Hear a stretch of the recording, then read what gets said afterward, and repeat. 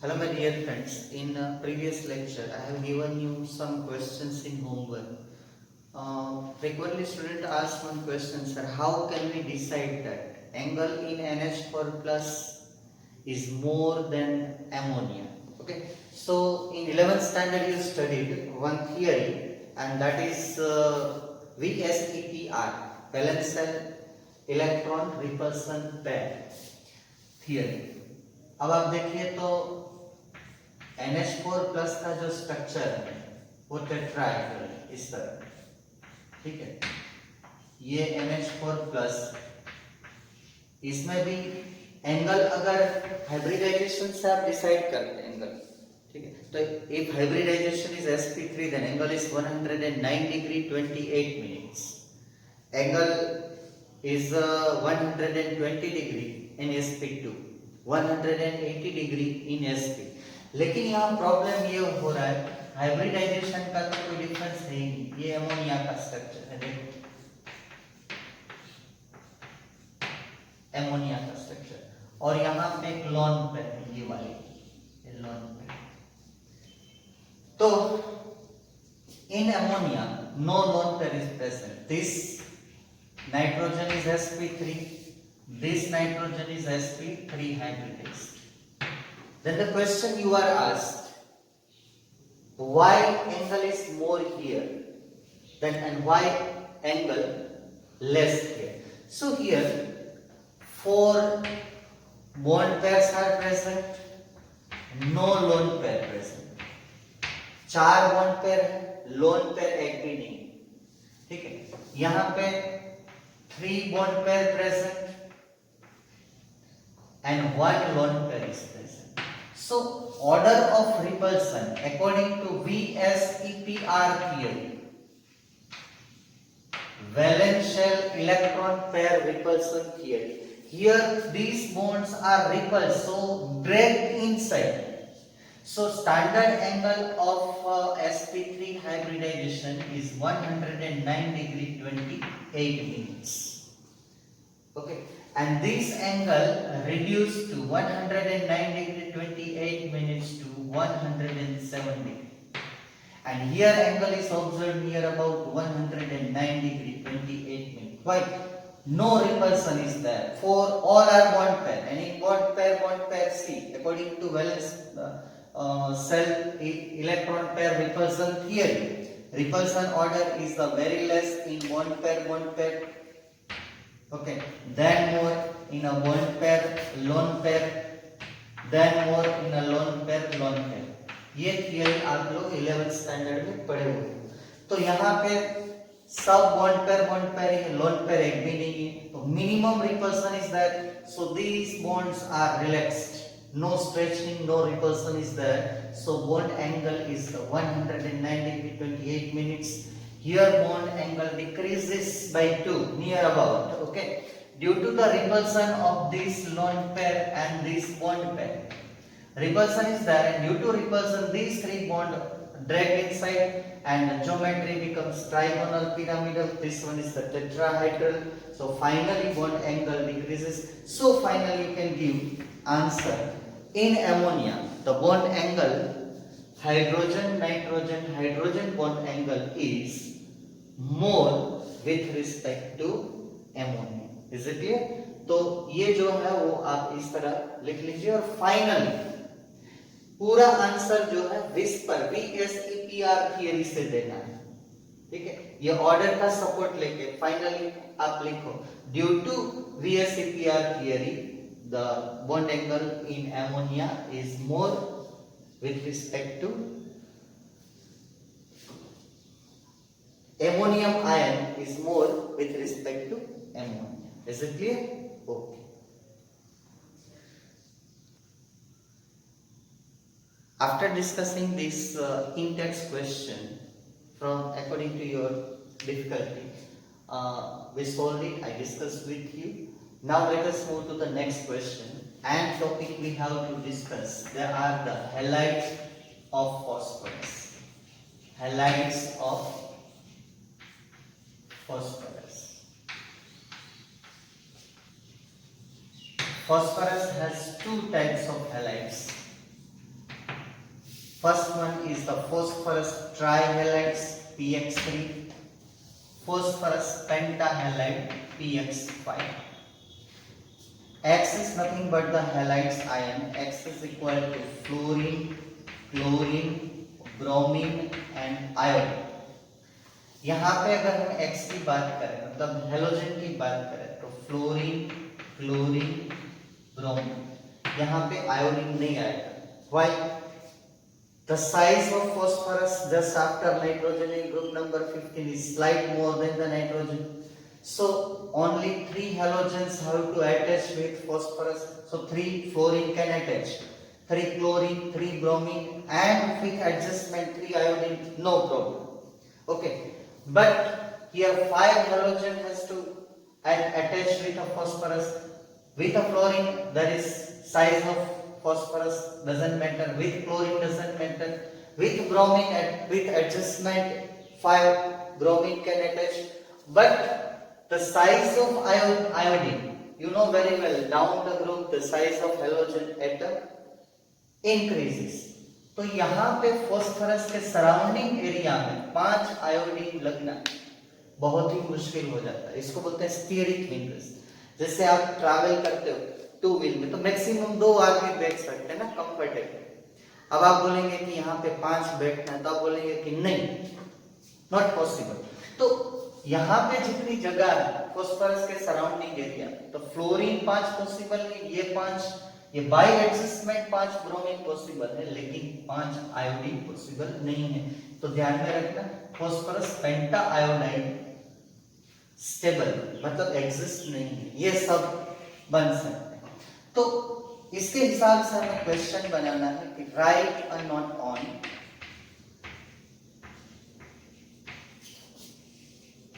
halides of phosphorus, halides of phosphorus.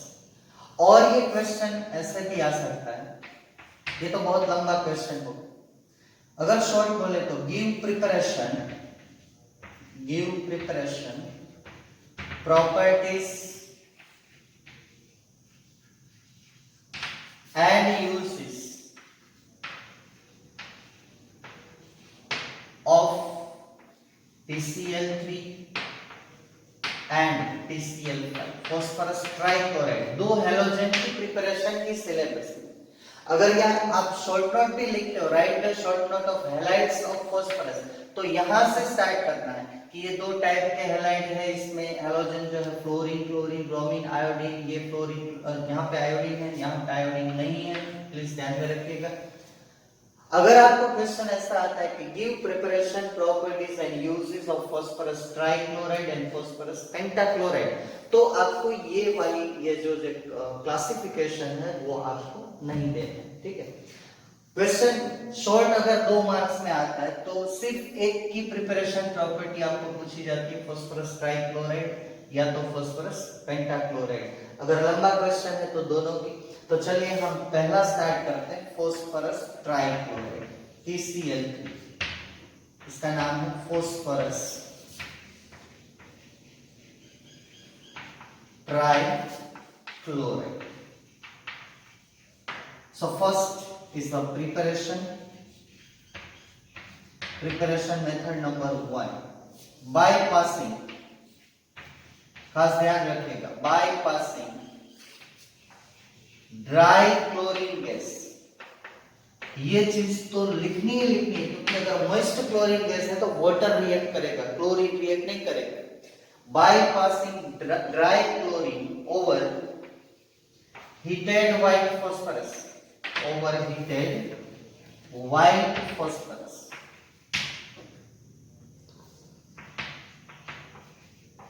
PCl3 is obtained. Reaction देखिए, phosphorus का discrete unit आपको पता है क्या है, डिस्क्रीट यूनिट P4 है ना. White phosphorus is nothing but P4. तो लिखिए यहाँ पे P4 plus chlorine gas, dry पता होना चाहिए आपको, और हमें बनाना है PCl3. कितने फास्फोरस है? 4. तो कितने PCl3 बनेंगे? 4. 4 PCl3. 4 3 जा 12 क्लोरीन, यहाँ पे दो 6Cl, 6Cl। Second method, by reaction of thionyl chloride SOCl2, इसका नाम याद रखना, thionyl chloride, thionyl sulphur, thionyl chloride, bracket में लिख लीजिए thionyl chloride SOCl with white phosphorus,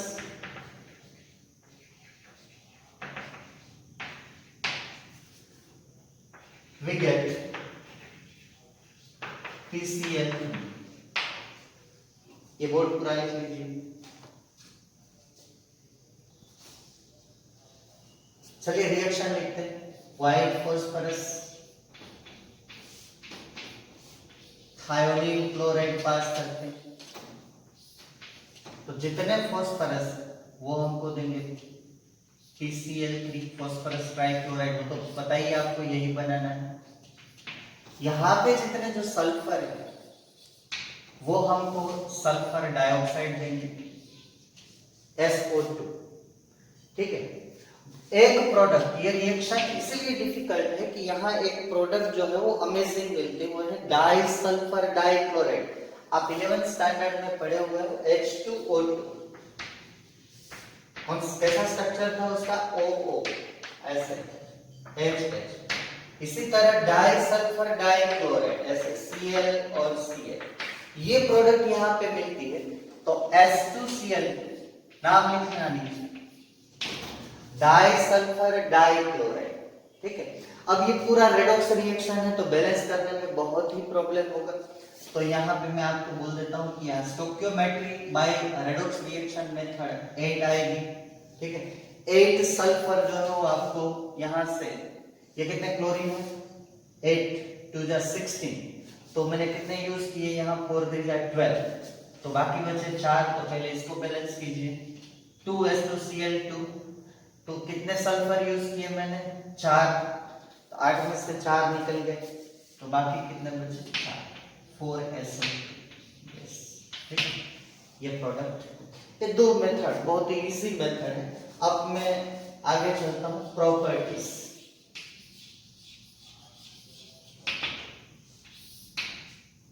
first one is PCl3 is colourless, उसका कोई कलर नहीं, colourless oily liquid. PCl3 is a colorless oily liquid, oil type का थोड़ा liquid. Second property हम discuss करेंगे स्ट्रक्चर, स्ट्रक्चर ऑफ PCl, ठीक है।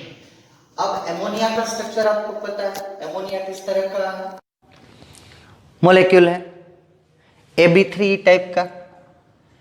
PCl3 पे एक लोन पेयर आएगी, PCl3 टाइप इज AB3E। ए की जगह पे आप फॉस्फोरस समझ लो, 3 क्लोरीन बॉन्डिंग में है, तो ये बॉन्डिंग 3, और एक लोन पेयर एमोनिया की तरह जो नाइट्रोजन पे लोन पेयर है, वो लोन पेयर को हम दिखाएंगे ई से। तो एमोनिया का स्ट्रक्चर क्या था, ट्राइगोनल पिरामिडल, ठीक है। So therefore geometry is trigonal, geometry is trigonal pyramidal, trigon. ये फिजिकल प्रॉपर्टीज, ये 1 and 2, ठीक है। इसमें बहुत कम है तो मैं डिफरेंस नहीं रख रहा हूं कि ये फिजिकल है केमिकल है, आपको पता चल जाएगा। First is a colourless oily liquid, boiling point melting point की कोई झंझट नहीं है, so you are free from that. Structure is a trigonal. अब आपको स्ट्रक्चर ड्रॉ करना है PCl3 का, ये देखिए P जो एमोनिया का अगर आपको पता है, ये फॉस्फोरस के ऊपर एक लोन पेयर, ये क्लोरीन, यहाँ पे क्लोरीन और यहाँ पे क्लोरीन, तो ये क्या शेप हुआ, ट्राइगोनल पिरामिडल, ठीक है। चलिए अब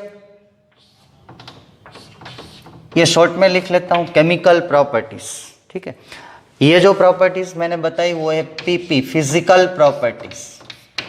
तो केमिकल प्रॉपर्टी में हम चलते हैं, property number 1, PCl3 hydrolyse by water और बाय मॉइस्चर। PCl3 वाटर के कांटेक्ट में आता है तो मॉइस्चर के कांटेक्ट में आता है, तो सीधा उसका हाइड्रोलिसिस हो जाता है। ओके, ये इस हिसाब से एक्टिव है। देखिए reaction, PCl3 when react with a water, now this 3 chlorine and this hydrogen gives us HCl, and this phosphorus by hydrolysis gives us H3PO3, phosphorus acid, H3PO3, and this 3 gives us a 3HCl। तो यहाँ पे 3 hydrogen, यहाँ पे 3 hydrogen, तो मुझे चाहिए 6 hydrogen, तो 3H2। ठीक है, देखिए बैलेंस हो गया। आपको पता होना चाहिए कि phosphorus trichloride bye hydrolysis, even if with a moisture, it gives us a phosphorus acid। Rick acid मतलब क्या हुआ, H3PO4, H3PO4, यह है फॉस्फोरिक एसिड, ये देगा हमको फॉस्फोरस एसिड, और 3 मोल्स ऑफ HCl। देखिए ये पूरा रिएक्शन, बैलेंस नहीं करना है आपको, सिर्फ याद रखना है कि ये हाइड्रोलाइज होके फॉस्फोरस एसिड और HCl देगा, बाद में बैलेंस करना है। ठीक है, यहाँ पे नाम लिख लीजिए, अपने आप लिख लीजिए फॉस्फोरस एसिड। अब दूसरी property, PCl3 with organic compound, PCl3 with organic compounds containing OH group gives chloride derivative, chloride derivative। क्या होगा कि जहां पे भी OH ग्रुप है, ठीक है, OH ग्रुप आप याद करिए तो कि CH3COOH एसिटिक एसिड, उसमें OH ग्रुप है। अल्कोहल लिखिए C2H5OH और CH3CH2OH OH ग्रुप है, तो ये OH ग्रुप रिप्लेस करके यहाँ पे क्लोरीन लगाएगा, तो ये होगा एसिटाइल क्लोराइड, ये होगा इथाइल क्लोराइड, तो उसको बोलेंगे हम क्लोराइड डेरिवेटिव। चलिए इतना लिख लीजिए, तो हम 2 रिएक्शन लिखेंगे। चलिए उसके रिएक्शन लिखते हैं हम लोग। ये एसिटिक एसिड है CH3COOH, उसका रिएक्शन होगा PCl3 के साथ। कितने क्लोरीन है, 3, तो 3 OH ग्रुप जो है वो रिप्लेस हो जाएंगे और हमको मिलेंगे CH3COCl। अब 3 क्लोरीन है तो हमको 3 मोल्स एसिटिक एसिड चाहिए, 3 moles acetic acid, it gives 3 moles acetyl chloride, 3 moles acetyl chloride. अब जो प्रोडक्ट है वो देखनी है, 1 फॉस्फोरस एंड 3 OH। ठीक है, हम ऐसे भी लिख सकते हैं POH3। तो इसमें कंफ्यूजन ये होगा कि ये आप बेस समझ लेंगे कि फॉस्फोरस ट्राइहाइड्रोक्साइड, ऐसा नहीं है, ये एसिड है। कौन सा एसिड है, तो प्रोडक्ट आप ऐसे लिखेंगे H3, ये फॉस्फोरस PO3।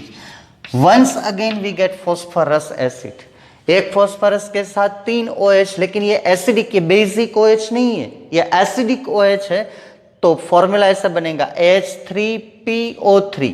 ठीक है, ये एसिड है, बेस नहीं है, तो यहाँ पे नाम लिख लीजिए फॉस्फोरस एसिड। चलिए दूसरा लेते हैं जिसमें वो है OH ग्रुप, तो ऐसा है इथेनॉल CH3CH2OH, सेम रिएक्शन जाएगा, उसका PCl3 के साथ रिएक्शन करें, PCl3 के साथ रिएक्शन करेंगे तो 3 क्लोरीन है, तो मुझे ये 3 मोल चाहिए, तो 3CH3CH2Cl, इसका नाम होगा इथाइल क्लोराइड और क्लोरोईथेन। फिर से वही प्रोडक्ट, 1 फॉस्फोरस एंड 3 OH, तो मुझे प्रोडक्ट मिलेगी H3PO3। पहले आप ऐसे लिख सकते हो, लेकिन इसमें थोड़ा कंफ्यूजन होगा कि ये बेस है, फॉस्फोरस ट्राई हाइड्रोक्साइड। एक्चुअली ये बेस नहीं है, ठीक है। अब हमें देखना है प्रिपरेशन, प्रॉपर्टीज और यूजेस जो है दोनों के हम लास्ट में लिस्ट करेंगे कि यूजेस बहुत कम है, ठीक है। तो अभी मैंने प्रिपरेशन, ये फिजिकल प्रॉपर्टी, केमिकल प्रॉपर्टीज, ठीक है। और नेक्स्ट लेक्चर में हम लोग डिस्कशन करेंगे प्रिपरेशन।